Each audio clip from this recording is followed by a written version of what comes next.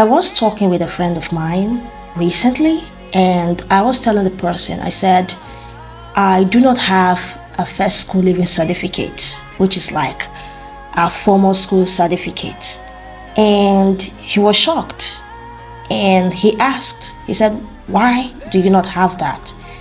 And I said, I do not have that because I did not have a formal education, which most of you know as a primary school education or elementary school education. And he was shocked. He was amazed. And he asked why. And I told him, I said, I've struggled about it for years because I could not stand the embarrassment of telling people I did not go to elementary school or primary school. But after all these years and all that has happened, I've learned to appreciate myself. And so he was asking, he said, why did you not go to elementary school? Were your parents poor? Could they not afford a primary school? And I said, no. My parents were rich. I came from a very rich home. And my father was a government worker, but he never sent me to primary school. I never went to primary school. He denied me that education. So I would wake up in the morning and I would see children going to school. And I would sit at home and I would watch them from the window, knowing that I would never have the chance to go to school. So many times I would tell people who would visit the house, visit my family, I would cry out to them. I would tell them, talk to my father, I want my dad to put me into a school so that I can go to school and be happy and have that education like other children. Some of these visitors would go as far as buying me school things, school bags, water bottle, lunch pack and all that to motivate me, to make me feel okay. But I was never happy. And as the years went by, I realized my father intentionally did not put me in school. He refused to send me to school. Despite the numerous attempts of my mother to plead with him to send me to elementary school, I never had that chance. And sometimes, as a child, I did not feel it much until I started getting older. And I realized how much of my childhood was stolen because I never had the opportunity to have friends. I remember many years of my life growing up with my father, I never had clothes. I would always wear outdated clothes, worn out clothes, washed up clothes. Sometimes neighbors would give me clothes to put on, clothes that their children had put on. Not because my father could not afford it, but simply because he refused to give it to me. He refused to give me that attention, that love. He refused to get me clothes. I never grew up having those clothes. He was a very wealthy guy, worked in government, but that was stolen from me. And for the first time, I cried out, and all my father could do was he got a couple of few ladies to teach me at home, try to teach me the basics of elementary school and all that. But it just didn't sit well. It didn't sit right. And so because I did not go to school, I did not have an elementary school experience and I did not have a certificate. So after all those years and all those while, finally, my dad, after all the conviction from my mother and visitors and neighbors, he agreed to send me to a secondary school. And it wasn't a nice secondary school. Even though he had the money, he had everything. He decided to send me to a community secondary school. And for most of you who are Nigerians, you know what community secondary school means. It means that it's a school that barely has a ceiling. It has no roof. It has no chair, no desk. So I remember going to school, secondary school in that community school, and having to sit in the floor. I sat on the floor. I leant on the floor. I had no shoes going to school. Sometimes I would wear one shoe for so long, for so many terms, that the shoe would chop. The soles of the shoe would get worn out and it would chop and eat into my stockings because my father refused to give me that. So I would go to school.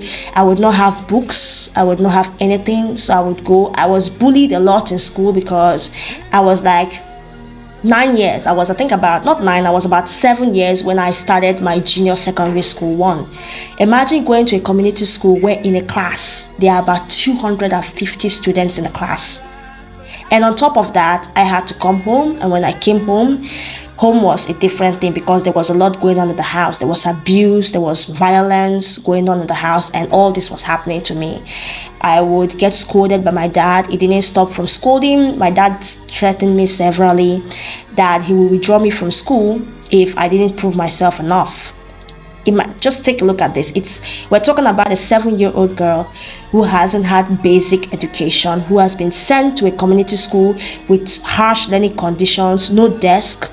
We're talking about an 8-year-old girl who is sitting on the floor in a class of 250 pupils. I'm talking about that kind of trauma, and my dad having to scream at me and hit me. I remember several times that I was not able to meet up in class. I had failed math and a few other courses, and my dad decided that he was going to take me on math lessons. I remember an 8-year-old not being able to solve certain equations in primary school, certain basic equations that I should have learned in primary school, because I didn't have that upbringing, I didn't have that foundation. So I remember my dad hitting me in the head. He would hit me in my face, hit me in my head. Till today, there are parts of my head that still ache. If I touch that part of my head, I still feel the pain like it happened yesterday. Sometimes my dad would beat me so much I would be bleeding from my nose or from my mouth. I was just 7-year-old, and I remember people coming to tell my dad and my mom and some neighbors how he was wrong for abusing me and maltreating me, how he never loved me. But as a child, I saw nothing wrong in that. I felt my father loved me. I was convinced that I was cared for. It was until I got to 10 years old that I realized that my father never loved me. And all those years, all I was trying to do was reach out to my father for love. My father would several times and on several occasions, he would tell me, you are not going to be anything. I remember growing up and my father telling me that I'm not going to be anything in life. He told me that I was a failure. Imagine telling a 7-year-old that she's going to be a failure. He told me I'm going to be a failure. I will fail throughout life. He told me he was expecting me not to do well in school. He told me that he would be so happy if I would never be great in life, if I would be useless. He said it several times that he would love to see me grow up to be a woman and end up on the streets. And he would get so angry when people in class or when teachers or people or neighbors would commend my intelligence and my effort in trying to meet up in school and education. He would be so angry and upset and tell them that I'm a witch, I'm a bad person, and I will never be anything good. He said it to me severally that I will never be as good as he is. He said I will never be anything meaningful in this life. I will never be better than him. I would never do as well as he did in life. I would be poor till I die, and I will never become anything. I would end up useless. So that was all I was hearing as a child, and I kept on hearing things till I was about 15 years old. So you can imagine all my life, this was all the negativity I was getting. And there was no love, there was no care. Nobody stood up for me because everybody felt that my dad would hurt them, my dad would do this to them. So there was nobody to stand up for me, to confront my dad, nobody to help me. So I was living in this condition for years, and it became my reality, and I got so used to it, and it ruined my life because I felt that I was so unlucky. I felt I was cursed. I would tell people at the age of 9 that I am cursed. I would tell my friends in secondary school that I'm a cursed person, I'm star-crossed, because I did not experience the love. When I would see children hugging their parents, laughing with their fathers in the park, or being happy when parents would come and pick up children from school, I would be so bitter. I was so jealous because I felt that I felt so bad. I kept on questioning God why I could not have that love. So imagine growing up having nothing, wearing rags, and going to a school where in a class you have about 250 students, and every single person in that school is way older than me, and I'm just a little girl trying to fit in. I suffered bullying because I was the youngest in class, and people did not expect a 7-year-old to be able to go to secondary school, be able to do that. And several occasions my dad would try to use me. He would try to tell me, well, if you want to keep staying in school, You have to read advanced maths, you have to read advanced physics, you have to be exceptional, you have to stand out in the whole of the school, or else I'm going to pull you out from school. So I had no choice. At the age of 7, I started reading advanced chemistry. My dad would force me to read advanced math. I started my further mathematics curriculum when I was just 7 years old. So you can imagine a 7-year-old doing higher school courses, higher school subjects. I was doing A-level subjects. It was affecting my brain, but I knew that I had to do it. And it taught me a lot of things. It taught me resilience. It taught me that I could be whatever I want to be in this life. I could pick up a skill and I could do so well in it because I had learned a lot from life. And this is my story, and I can imagine how many of you out there that had this troubled childhood, the same troubled childhood that I'm having. I can imagine how many of you out there went through childhood trauma. And then you begin to wonder why you're so hateful, and why you're so bitter, or why you're so unhappy, and why you're so depressed. But this is one of the reasons. And I feel honestly for every single person out there who has gone through the same thing I've gone through, bad parenting, not having the love, and I can simply understand. I understand the 4 people, and I understand and know that this trauma and these unhealed experiences affects our life choices, our decisions, what we do in our life, what we have come to do, the mistakes we have made. I watch myself make so many mistakes in life because of how unloved I was at home, the amount of abuse I had gone through in the hands of my parents, the amount of hate, the amount of attack I went through in the household. So it affected my life and my decisions, and it made me make so many mistakes that I'm not proud of. I became very delinquent because I felt that everyone at home hated me. So there was a point in my life I became extremely delinquent because I felt that being a good girl is not going to pay me. And that was where everything went wrong for me. Everything went south. It was like I was going down this rabbit hole of never-ending delinquents. And it did not serve me well. So I was taking out my anger and my frustration in every single person around me. I was taking out that frustration on the affairs of my life. And I was taking it out on every of my decisions and everything that I could have done right. And this is the same story for many of us who have gone through similar things to what I'm going through. But when I came to Christ, it was something that I knew I had not healed from. So when I came to Christ, Christ healed me. Jesus healed me because I had to let go. I had to forgive my parents. I had to, unlearn certain things that I'd learned, I had conditioned my mind to do. I had to drop a lot of personalities and all that. And it was so hard. This was something that I couldn't have done without Jesus. This was something that years of therapy did not take away from me. But here in Christ Jesus, I'm happy because He has given me everything. This is one of the testimonies that I'm so proud of sharing. And I shared this with my friend, and I told him, I said, if not for Jesus, I wouldn't have been where I am today. The healing, the amount of healing, the amount of strength, the forgiveness I've amassed all these years being in Christ has really benefited me. All the years of paying for therapy and going for therapy and trying to heal from the trauma, try to forgive myself, all the years, and knowing Christ just gave me that peace and that healing for free. I didn't have to pay anything. And this experience had made me more than a strong woman. I have learned a lot from life, and I've learned to be a good person. I've learned to, love people despite their weaknesses. I have learned to accept people. I've learned forgiveness because each time someone does me something very, very bad or something wrong, I compare them to what my parents had done to me. I said, if I can forgive my parents who had done me so much harm, who had caused me so much trauma, who never loved me, how much more this person who is just being themselves, who has one or two negativity.